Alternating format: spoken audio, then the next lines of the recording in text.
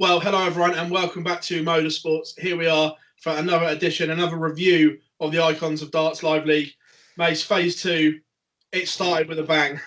Yeah, it's been outstanding all day. Poor old Fallon Sherrock won one match. She had a daily average of just under 90 and was without doubt involved in the game of the day against David Evans. He just pinched it off her 4-3. She averaged 97 and a half. He averaged over 105. The most one of the best of sevens I've seen. Never mind between a man and a lady. It was great all day. 180s, big finishes, shocks. You know what I mean? Fallon and Paul Nicholson, the winner of week 3's Icons of Darts, winning just one match. Yeah, and Jared Cole, a real accomplished performance from the young man today. Outstanding. Won 5 out of 6 matches. I think his tournament average for the day was around about 94. Richie Edhouse as well. He won 5 from 6, but leg difference was in favour of Jared Cole. And for a 20-year-old kid, I couldn't be more impressed. And looking at the stats going into it, his tournament average during that Icons of Darts last week was over 92 for the week. David Evans, who played in the Night of the Darts Live League, was only a shade higher than that. So I'm not surprised at all to see Jared Cole, although he didn't get the results during the Icons weekly league. I'm not surprised at all to see him do so well today when you look at those stats back from last week. 100%. And the 160 is becoming Fallon's signature shot, isn't it? Yeah, she did it Saturday night, of course, and she popped it in again today.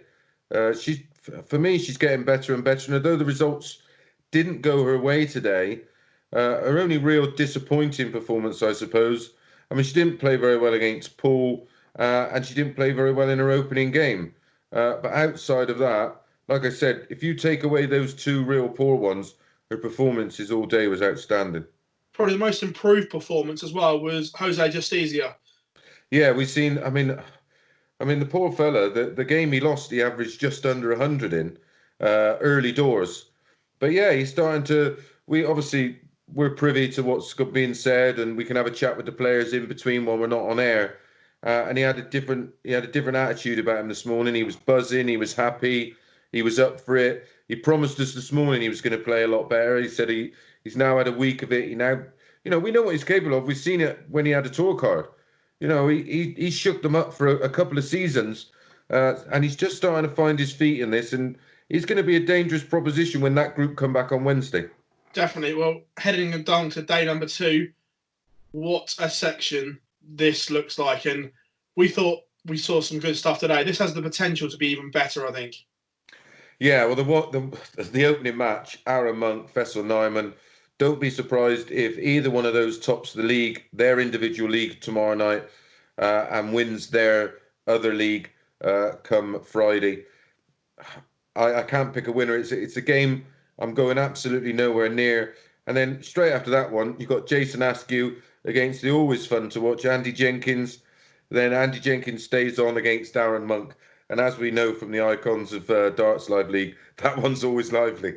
Yeah, they like some banter in that group that we had beforehand, don't they? They try and certainly wind each other up.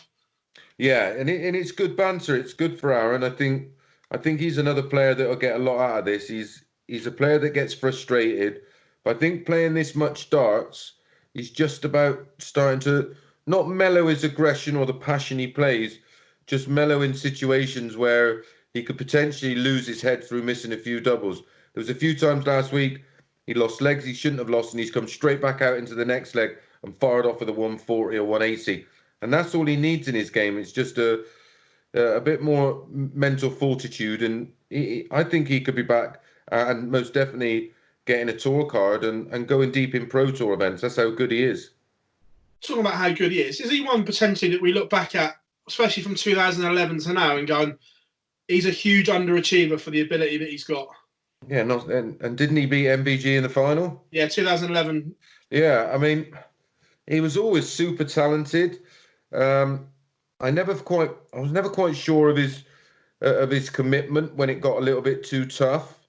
And it's hard we've seen it with James Hubbard, making that transition across from being a youth world champion into to being crowned a senior world champion is a tough route. And again, you've got to be mentally strong. And I think with Aaron, he's maturing later. I mean, he's still only in his, what is he, late? Just hit 30 last week. Yeah, I was going to say, I thought he was in his late 20s, but yeah, he was, of course. We were on there when he was his birthday. Yeah, so still plenty of time. Phil Taylor didn't win a world title until he was 30, so he's still got time on his side. He's a fit young man. You know, he had his other interests as well, which is health and fitness, of course. He's a personal trainer. But maybe now he can get the balance. You know, he's got a little family, so definitely underachieved for me. And we've seen that last week. I mean, he hit that 9-darter as sweet as a nut last week. So that just shows you his abilities. It's a monstrous average as well over the last couple of weeks. So he's got it in the locker. What I'm looking forward to is Jason Askew as well, because he had last week off, and he said he needed it because although he sparkled, he said, I've never experienced anything like this playing this amount of darts, but I'm looking forward to seeing him back because he really caught my eye 2 weeks ago. Yeah, he was very much like David Evans was towards the end of last week. He just started to regress. You could see it was the long, you know, it's a real long format and it's long days and it takes out of you. It's a lot of matches and they're all quite intense. You know, you get the odd. I mean, we didn't have a 5-0, did we, for the first 2 weeks? That just shows you how tight it was. But I think David Evans looked fresh today. Took a while to get going, but you know, he didn't play Saturday, of course, at the night of the darts. So he had Saturday and Sunday off and looked fresh today. I think Askew will come back strong this week. He's one that's, you know, I didn't know a lot about him. Obviously, knew plenty about his old man. Played against him enough, but yeah, he's really, really good. He's come out of the pack for me. I didn't know a lot about him, and what a find.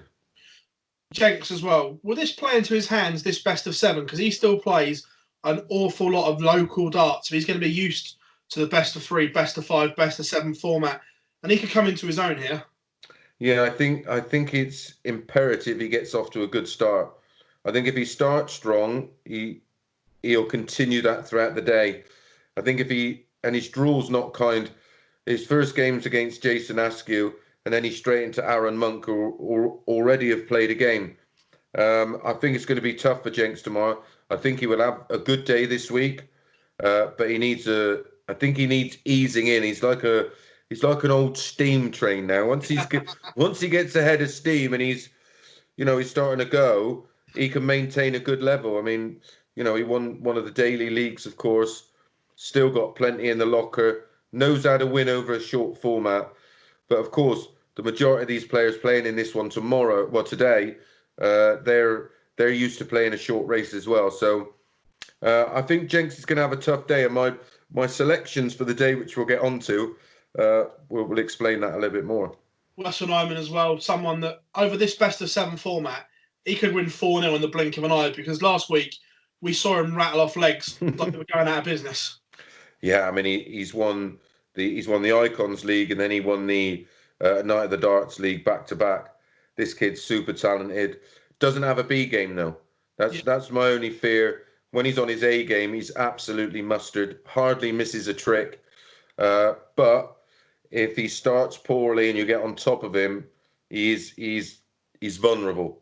By the time he's 23, 24, 25 and he's developed a B game, very much like we've seen with Daryl Gurney and Michael Smith and players of that ilk, when they start having a B game, they'll start going deep in tournaments. And I'm staggered to look back at his European Q score record this year, because he looks a completely different proposition and a different player right now.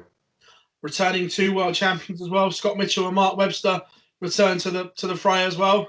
Yeah, really looking forward to that. Love watching Webby play.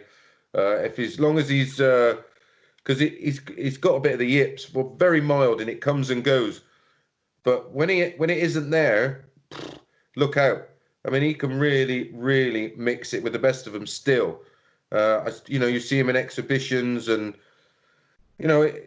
even last year he was still playing at a good level when he was having a good day. And Scott Mitchell, I think he's one that will benefit from having a full week in it. And he won't mind the shorter race. Of course, he's used to that, playing the BDO circuit for so many years. a lot of their tournaments best of 3, best of 5, best of 7, rarely best of 9 when you go deep.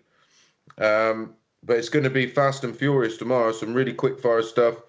Literally a group of super quick players. So again, your 50 pence is coming out of your pocket, and where's it going? Overall winner tomorrow. I'm gonna go for Aaron Monk to win the league tomorrow. I've had a look and tried to find a bit of value. Not a lot of value in the individual matches. As I said, I think Jenks is going to have a tough day tomorrow. I think he will have one of the days he will come good. Will it be tomorrow? I don't know. Does he play well from fresh and cold? Not always. We've seen that. You know, this is our 5th week, so we get to know the players' traits a fair deal. And as I've said, it's a tough opening few matches. His opening match against Jason Askew. Jason Askew starts at the blocks real quick. We've seen that. We've seen that in the week in the icons.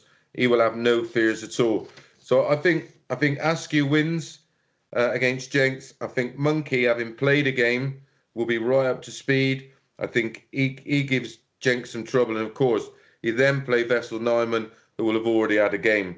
I think Monkey beats Webster. I think Nyman beats Mitchell, and I think Nyman beats Warburton. That's a 6-fold. It pays just over 8-1. I like that. I like that a lot. On the outright, I keep staring at Jason Askew at 5-1. Massive. From what we saw last week, I think that's a big price to win the league tomorrow. Yeah, I agree. My only doubt will be the format. We've seen in a lot of the matches when they were over best of 9, started, he gets out early, and then if he goes missing, which he sometimes does in the middle of the legs, he ain't gonna have the time in this format. I just think against Andy Jenkins' first game up, and like I said, I think Jenks will get up to speed as the week goes on. But he's got a tough opening. He'll hate me for it and all tomorrow. I'll get no doubt I'll get a load of abuse off of him. And then when he makes me look a fool, he'll let me know. But listen, we had 21 games today, and it was fantastic darts. The feedback across social media has been amazing. Everybody is absolutely loving it. And long may it continue. We're back tomorrow with this second group. This group that took place on Monday, they'll be back on Wednesday in a slightly different order, which is great because I felt a little bit for Fallon. She walked into Justicia Monday, and that was his 4th match. And starting cold's never easy. No, definitely. I say we'll be back. Dartshop.tv, the Modus YouTube channel, and of course all social media platforms: Facebook, Twitter, and Instagram. We have everything covered, so you don't need to go anywhere else during the day. And of course, Mace will be calling in the action, and we're expecting some absolute crackers.